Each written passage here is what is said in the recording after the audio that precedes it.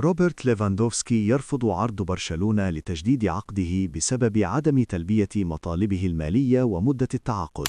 بيب غوارديولا يقرر الاستمرار مع مانشستر سيتي في الموسم المقبل. الأهلي يترقب تخفيض عقوبة محمد الشناوي للحاق بمباراة بيراميدز أو الزمالك. وليد صلاح الدين يسعى لتنظيم مباراة ودية لتجهيز الفريق قبل مواجهتي بيراميدز والزمالك. ياستروب يحفز اللاعبين للقتال حتى النهاية على لقب الدوري وانتظار تعثر المنافسين. شادي محمد ينفي التفاوض معه لمنصب مدير الكرة ويدعم وليد صلاح الدين. الأهلي يصرف 60,000 جنيه مكافأة الفوز على سموحة مع اعتماد نفس المبلغ لكل مباراة حاسمة و600,000 لكل لاعب حال التتويج بالدوري. طبيب الأهلي يؤكد جاهزية أشرف بن شرقي وعودته للتدريبات دون إصابة.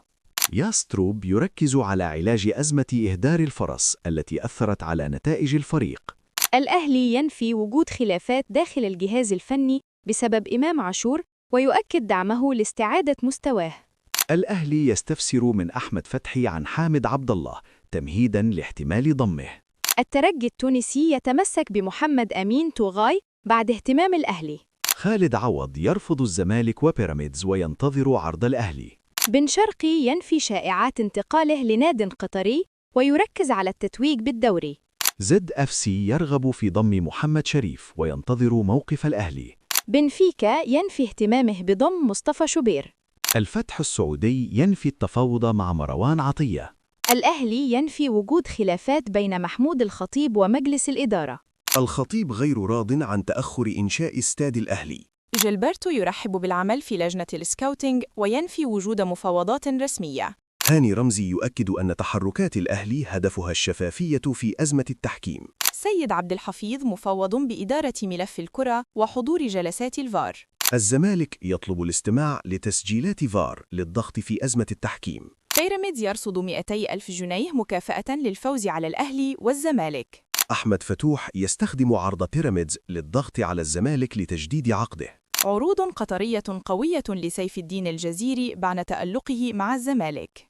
المنتخب ينفي رغبة حسام حسن في ضم لاعبين مصابين لقائمة كأس العالم. هشام حنفي يدعو لدعم الزمالك قارياً كممثل مصر. جمال علام يؤكد أحقية الأهلي في أزمة الفار وينتقد اتحاد الكرة. يؤكد أن تكريم الحكام في هذا التوقيت استفزازي ويزيد الأزمة. يرى أن إنجاز التحكيم في كأس العالم يعود لعصام عبد الفتاح وليس الإدارة الحالية. أحمد فوزي يشيد بثنائي حراسة الأهلي ويؤكد أن الأخطاء طبيعية. ينفي شائعات انضمامه للجنة السكاوتينج ويطالب بالدقة الإعلامية.